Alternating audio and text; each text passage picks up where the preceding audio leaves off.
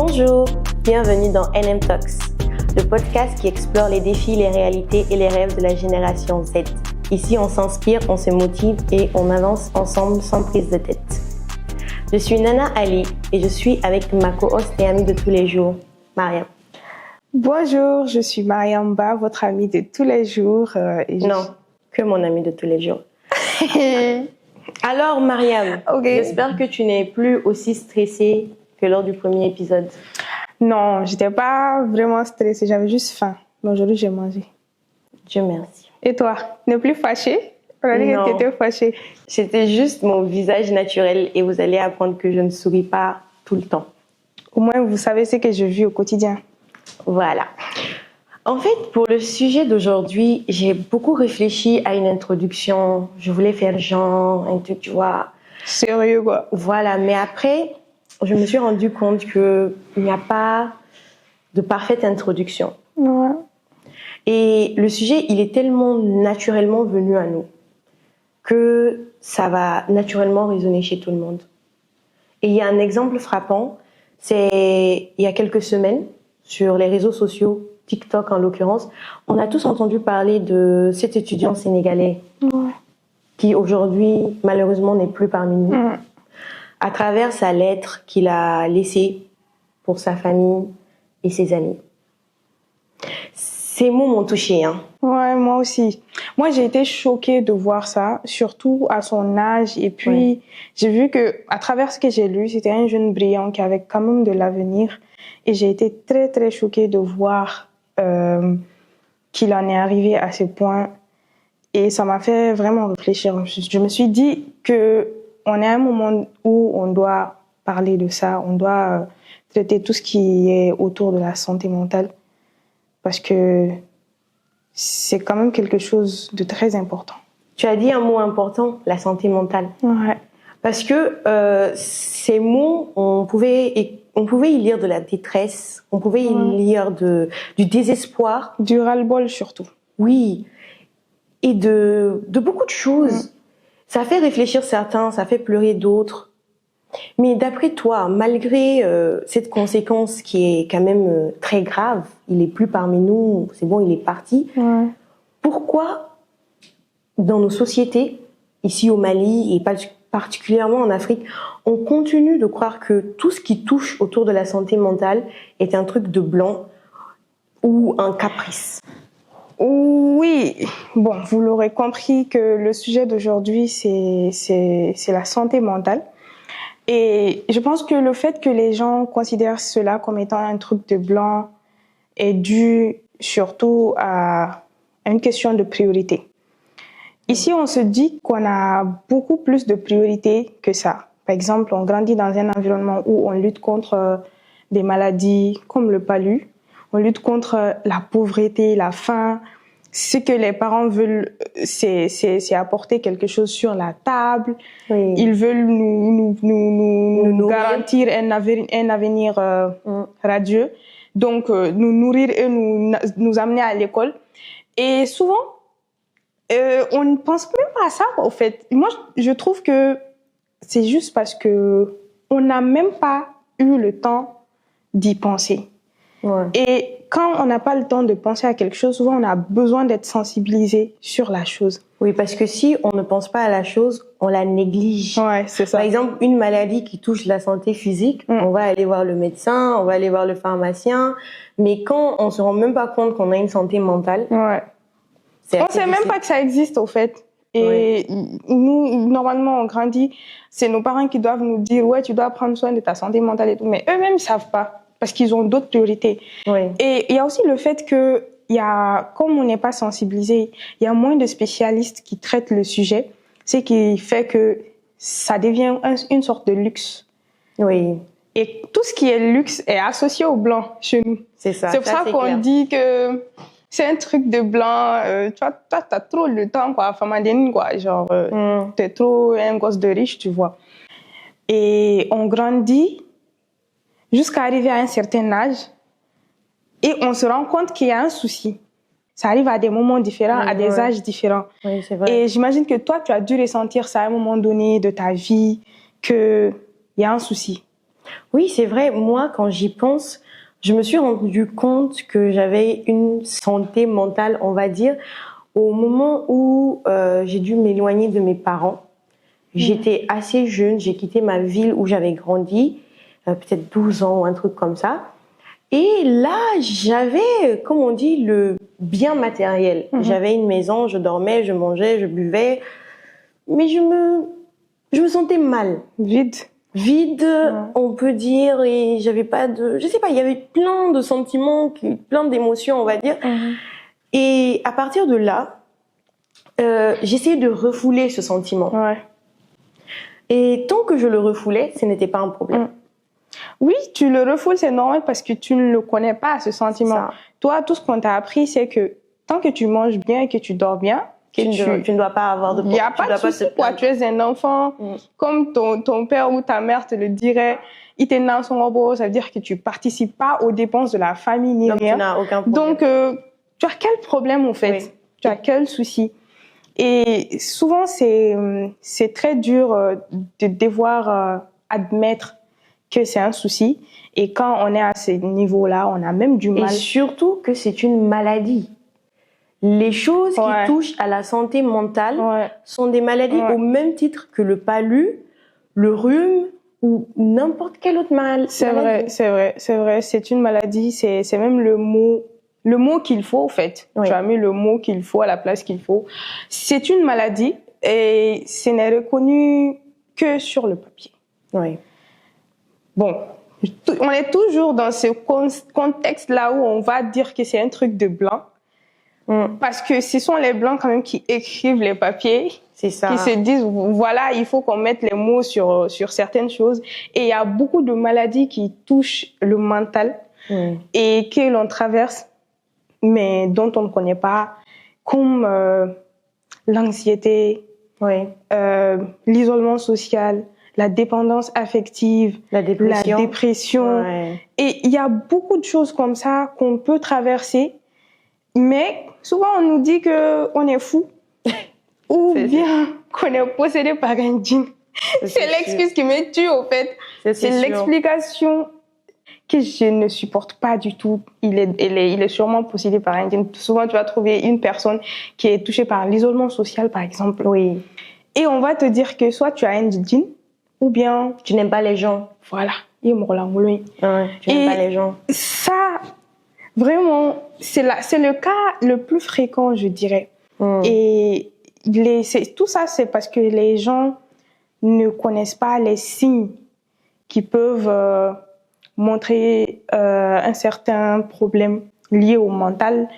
Je voudrais quand même que tu m'en dises un peu sur les signes que j'avais ressentis. Oui, en fait, c'est vrai. Il faut savoir reconnaître quand une personne est en détresse ou quand même soi, on est en détresse. Quand on passe par un problème mental ou qu'un ami passe par un problème, il faut savoir les reconnaître. Je pense que si je fais le tour personnellement, la première chose qui me vient à l'idée, c'est le manque de motivation. C'est vrai qu'on peut se réveiller, un jour on est fatigué, on n'a pas envie de faire quelque chose, mais quand ce sentiment de toujours se réveiller fatigué, malgré qu'on dort et qu'on n'a aucune motivation de faire les choses qu'on aime d'habitude, sur 1 semaine, 2 semaines, 3 semaines, il faut se poser des questions. Ou si c'est une personne qui le fait, il faut commencer à se poser des questions. Donc c'est aussi le fait que avant j'aimais être avec mes amis et d'un coup je voulais être seule. J'aime être avec ma famille, d'un coup je m'enferme tout le temps dans la chambre ou je vais dans la cour ou bien je vais marcher dans la rue. Juste pour être loin des gens que j'aime. Et ça, en résumé, c'est comme si tu te mets à faire des choses contraires à ce que tu fais d'habitude, contraires à ce que tu aimes faire d'habitude. Et d'après ce que j'ai compris, c'est que quand les problèmes qu'on traverse au quotidien deviennent persistants. Parce que le manque de sommeil, c'est quand même quelque chose... C'est naturel des fois, qui arrive le travail, de temps à l'école. La fatigue aussi, la tristesse, la colère. Tout ça, c'est des choses qu'on traverse. C'est des émotions naturelles, Mais quand ces choses-là deviennent persistantes, souvent on se retrouve dans une tristesse qui ne finit pas. Sans explication. On te demande qu'est-ce que tu as. Toi-même, tu sais même pas ce que tu as. Tu peux pas expliquer. Tu sais pas ce que tu as. Par exemple, le manque de motivation dont tu parles. Je me rappelle qu'à un moment donné, tu me disais, quand on était au lycée, que tu n'avais plus envie de réviser, que tu n'avais plus envie de venir à la fac. Pourtant, je pense que ton passe-temps favori, c'était quand même... l'école. Voilà, Oui. l'école. On ne connaissait que ça, en fait. Mais à un moment donné, on était démotivés, on n'en pouvait plus. Et souvent, quand on fait face à ces problèmes-là, nous, on ne sait pas. Et même quand nos parents constatent que souvent on commence à baisser les bras au niveau de l'école, ils ne cherchent pas à connaître la vraie raison. Voilà, le fond du problème. Ils se disent pas peut-être que l'enfant traverse quelque chose, un problème d'ordre mental et tout. Ils se disent juste que tu deviens paresseux. Oui. Et ça nous ramène à beaucoup de choses qui peuvent quand même impacter la santé mentale. Autour de nous, Oui. Les trucs extérieurs, Oui. c'est vrai. La société, par exemple. Moi, je crois que la pression sociale, les codes sociaux, les normes sociales augmentent tous les problèmes autour de la santé mentale. Ouais. Quand tu es en dépression au Mali, tu es triplement en dépression. Ouais, bien sûr. Quand tu as une baisse de motivation ou quand tu as de l'anxiété, du stress, dans notre société, ça se multiplie par 10. Parce que les normes sociaux n'acceptent pas ça d'abord. Bien sûr. Et encore un autre. Et les normes sociaux, maintenant qu'on est dans l'ère du numérique, on va dire les réseaux sociaux. Génération Z. Ouais. Ça devient difficile. Peut-être tu passes par une baisse de motivation. Peut-être tu te dis, oh, ma vie n'est pas en train d'avancer comme je voudrais. Et tu vas sur TikTok ou tu vas sur Instagram, tu vois des gens de ton âge ou plus jeunes que toi qui ont déjà réussi. Oui. Ça fait mal. Qui ont réussi sur tous les plans. Oui. C'est-à-dire que tu vas voir une personne qui a 25 ans, qui a une entreprise, qui a une femme ou qui est mariée et qui a un enfant. Une belle voiture. Oui, qui fait des voyages durant toute l'année. Ouais. Non, tout est nickel dans sa vie. Alors que toi, tu es en train de traverser un moment où toi, tu sais même pas où est-ce que tu en es. Oui. Souvent, tu vas trouver qu'il y en a qui sont en réinsertion professionnelle. Tu vas trouver qu'il y en a qui ont même du mal à choisir leur spécialité à la fac. Oui. Et tu vois quelqu'un qui a le même âge que toi. Sa vie, elle est calée. Oui, tout est bon. Sur les réseaux. Oui. Je précise sur les réseaux. Bien sûr. Voilà. Parce que, voilà, c'est ça. Et les normes de beauté sur les réseaux aussi peuvent augmenter. Ouais. Parce que des fois, on a parlé beaucoup de la motivation, de la fatigue et tout, mais il y a un autre, se faire du mal à soi-même. Ouais. Ces mots négatifs qu'on se dit, tu es trop grosse, tu es trop petite, tu es trop mince. Sans connaître l'impact que ça peut avoir. Ça peut poser sur nous-mêmes. Et ces trucs-là aussi sont, on va dire, favorisés par les réseaux sociaux. Parce qu'on a des gens, elles sont belles. Parfaites, tu veux dire. Elles ont tout là où il faut. Oui, le corps parfait, le visage parfait. Elles ont sans bouton. Oui. Et je trouve que c'est même un peu commercial, ce truc-là. Oui, ça. Tu sais que maintenant, c'est tellement, le physique est devenu tellement une chose commerciale que tout le monde a le même type de corps. Oui, on veut tous avoir le même presque. Oui. Ouais. Tout le monde en a le même. Tu vas voir que, sur 100 filles que tu vas voir sur les réseaux sociaux, 99 ont une forme qui est pareille, quoi, en fait. Et quand le critère de beauté parfait. C'est quelque chose qui est standardisé. C'est ça. Et il y a des choses qui sont commerciales, qui sont là. Ça peut t'amener à complexer de toi-même, à essayer de faire de rentrer dans des histoires de chirurgie esthétique qui sont quand même des cercles très vicieux. Parce que à chaque fois, tu vas commencer à remarquer. Ça, si tu as de l'argent, si tu n'as pas de l'argent, tu vas te faire du mal et tu vas te déprimer. Si tu n'as pas d'argent, il y a aussi d'autres moyens. Par exemple, nous, avant, on ne connaissait pas le BBL. Avant, nous, on voyait des femmes qui vendaient des comprimés. Ah oui, les comprimés, dans la rue. les pommades chinoises, on ne sait pas d'où ils viennent. 50 francs, 100 francs. Ça crée aujourd'hui des cancers, ça crée des trucs, oui, c'est vrai. Et ça, c'est très dangereux. Donc, tu vois, on quitte d'un problème qui touche à ton mental à un problème qui va toucher à ta ton santé physique. Oui, ouais. Parce que quand même, quand tu manques de confiance en toi, tu vas toujours vouloir ressembler aux autres. Ouais, ça c'est clair. Moi, je me permets de rebondir quand même sur les attentes sociétales parce que c'est quelque chose qui me touche personnellement. Je trouve que c'est c'est vraiment la chose la plus pesante dans ma vie. C'est quelque chose que, en fait, avant même ta naissance, on a déjà décrit ton destin. On a déjà écrit tout ce que tu dois vivre, tous les chemins par lesquels tu dois passer pour réussir. Oui, ils ont un idéal pour toi. Merci. Et quand tu viens et que tu essayes de dévier un peu, de suivre peut-être ce que toi tu appelles tes propres choix, tu te retrouves dans deux combats.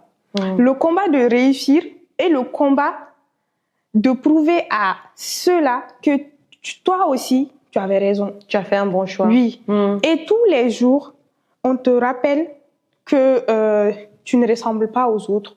Tous les jours, à chaque moindre erreur, on essaye de se dire, ouais, tu vois, j'avais raison. Si tu avais suivi le chemin qu'on t'avait dit, tu n'aurais pas fait cette erreur. Et toi, tu te demandes à la fin, est-ce qu'ils n'ont pas raison sur toi? Tout ce qui peut te motiver à continuer, c'est souvent de te dire que eux-mêmes ne sont pas forcément plus heureux au final. Les gens qui ont suivi ce même chemin-là ne sont pas plus heureux que toi. Souvent, tu vas trouver qu'il y en a beaucoup qui finissent très mal. Par exemple, j'ai lu un livre. C'est un roman d'une écrivaine camerounaise. Ce livre-là, ça m'a tellement traumatisée à un moment donné. J'ai fait une dépression de 3 jours. J'ai lu l'histoire de 3 femmes. Il y a une parmi elles qui a été obligée d'épouser son cousin, qui la battait et qui était alcoolique. Et cette femme, elle est passée par plusieurs chemins. Mais au final, elle est devenue folle. Et tu sais ce qu'ils appelaient folie dans ce livre? Elle était en dépression. En fait, c'était décrit comme une vraie folie. Mais cette femme, elle avait traversé tellement de choses qu'à 22 ans, 23 ans, elle ne supportait plus. Sa vie a été détruite, en fait. C'est triste. Oui, sa vie a été détruite. Et moi, au final, je me dis que si tu baisses les bras, ce sera un retour à la case départ. C'est toi qui perds. Oui. Et tu n'auras pas cette chance-là de montrer l'exemple à tes autres frères et sœurs qui voudraient suivre le même chemin. Oui, sans enlever des attentes sociales, suivre leur propre chemin. Merci. Ça, c'est clair, parce que ça arrive même quand tu veux choisir un métier. Nos parents, ils veulent tous qu'on soit des docteurs, des ingénieurs. Ils connaissent même pas les autres métiers. C'est ça. Des fois, quand il y a des amis qui veulent aller vers l'art, s'il y a des amis qui veulent aller vers la littérature, on les décourage. Tout ça, c'est fatigant, c'est pesant. En tout cas, c'est triste l'histoire que tu dis par rapport à cette femme, parce que voilà, dans plusieurs familles, je suis sûre que certains se reconnaîtront. On a des oncles, on a des cousins, ils vont dire « Oh, il a perdu la tête, elle est devenue folle, oh, il se drogue », alors qu'en vrai, c'est juste que finalement, ils ont craqué mentalement. Mais tu sais, je ne veux pas qu'on finisse sur cette note négative. C'est quand même triste. J'aimerais maintenant, à partir de là, on va parler de quelques tips, on va dire. Et il était une fois français là. Quelques techniques qui pourraient aider nous et bien sûr nos auditeurs à essayer de protéger se protéger son mental, à protéger sa santé, parce que pour protéger sa santé physique, on sait, personne ne va se laver pour sortir 31 décembre à minuit nu, parce que tu sais que tu vas tomber malade. Personne ne va aller s'asseoir entre les moustiques, faire semblant. On se protège. Et pour notre santé mentale aussi, on doit se protéger. Est-ce que tu as quelques techniques que tu pourrais nous proposer? Ce que je voudrais quand même rebondir sur le fait de se construire intérieurement. Il faut savoir se forger de telle sorte à ne pas être touché par le regard extérieur. Donc forger une certaine valeur intérieure. Oui, c'est ça. Confiance en soi. Oui, une confiance en soi, exactement. Et on va y venir. Et en fait, je pense que c'est la base d'une bonne santé mentale. Je pense que c'est la base d'une bonne santé mentale. Il faut accompagner, il faut apprécier sa propre compagnie. Il faut avoir une vraie valeur intérieure. Ce que tu vois. Et aussi, il faut avoir un cadre de vie sain, parce que souvent on se dit que par exemple, manger sain. C'est un truc de blanc. Voilà. Mais des fois, ça oui, ça joue sur aussi ta santé mentale. Manger trop gras, Oui. trop sucré, trop salé, ça joue. Il faut faire du sport. Bon, même si toi, tu n'aimes pas le sport. Faites du sport. Il faut faire du sport. Ouais. Il faut sortir souvent. Ouais. Il faut dormir surtout. Bien Parce dormir. que souvent, on passe toute la nuit sur nos écrans avec la venue des TikTok et Oui, tout ça là. on scrolle jusqu'à 3 heures du matin. Ça s'arrête pas en fait. Oui. TikTok, c'est quelque chose qui est très dangereux. Très Tu peux addictif. scroller pendant des heures et tu ne retombes jamais sur la même chose. Ça, ce sera un autre épisode. 2 fois. TikTok, quand même, on va faire genre une série d'épisodes. Je te jure, TikTok, c'est abusé.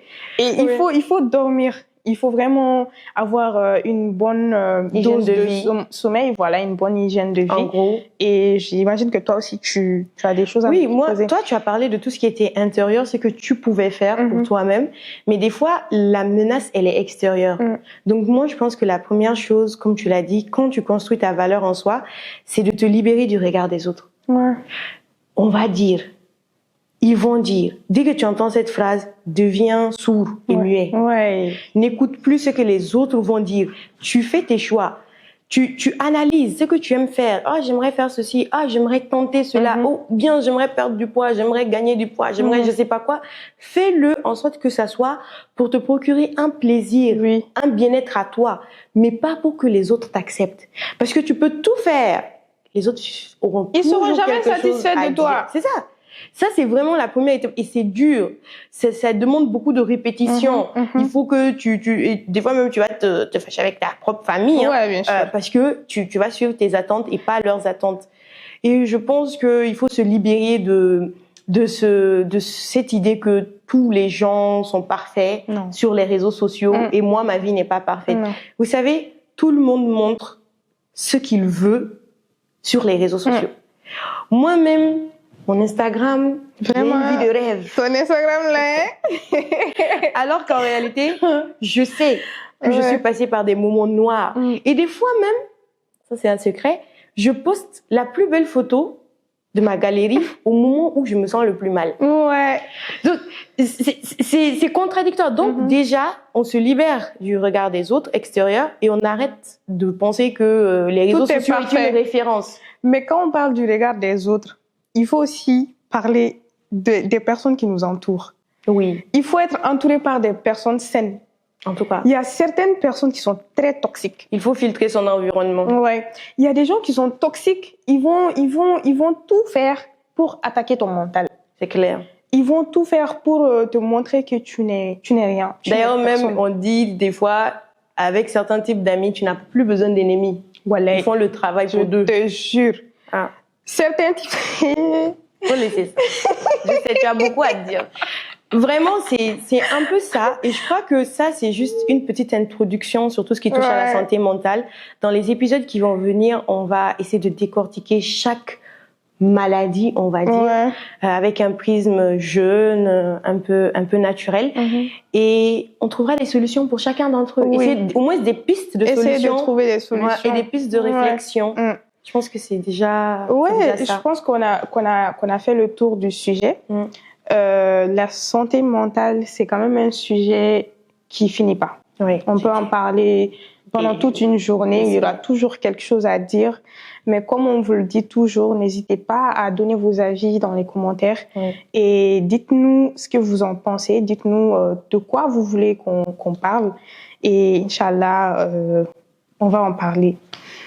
C'est tout pour l'épisode d'aujourd'hui. Nous vous remercions d'avoir suivi jusqu'à la fin. N'hésitez surtout pas à liker, commenter et partager afin de créer un environnement sain autour de vous. C'était vos amis de tous les jours, Nana et Mariam. Bisous.